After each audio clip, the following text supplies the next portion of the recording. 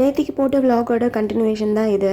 நேத்திக்கு முருகருக்கு பாலாபிஷேகம் பண்ண பாலை 2 கோயிலில் இருந்துமே வாங்கிட்டு வந்திருந்தேன். வீட்டில் இருந்த எல்லாரும் குடித்ததுக்கப்புறமும் பால் மீதம் இருந்தது. அதை வச்சு பால் கேசரி தான் ரெடி பண்ணியிருந்தேன். அதுக்கு ஃபஸ்ட்டு ஒரு கடாயில் நெய் ஆட் பண்ணி கிஸ்மிஸ் முந்திரியை நல்லா வறுத்து எடுத்து வச்சுக்கலாம்.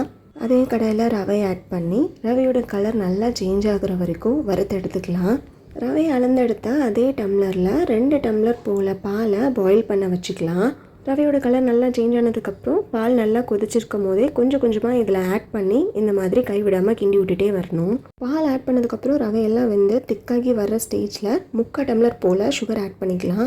சுகருக்கு பதிலாக நாட்டு சர்க்கரையுமே ஆட் பண்ணிக்கலாம். அடுத்ததாக எல்லோ கலர் ஃபுட் கலர் நான் இன்றைக்கி ஆட் பண்ணியிருக்கேன். ஃபுட் கலருக்கு பதிலாக சாஃப்ரன் கூட ஆட் பண்ணிக்கலாம். ஃபைனலாக வறுத்து வச்சுருக்கிற கிஸ்மிஸ் முந்திரியும் ஆட் பண்ணிவிட்டு கொஞ்சமாக நெய் ஆட் பண்ணிவிட்டு நல்லா மிக்ஸ் பண்ணிவிட்டு மேலாப்பில் கொஞ்சமாக டூட்டி ஃப்ரூட்டி ஆட் பண்ணி இறக்குனா அவ்வளோதான், ரொம்பவே டேஸ்டியான பால் கேசரி ரெடி.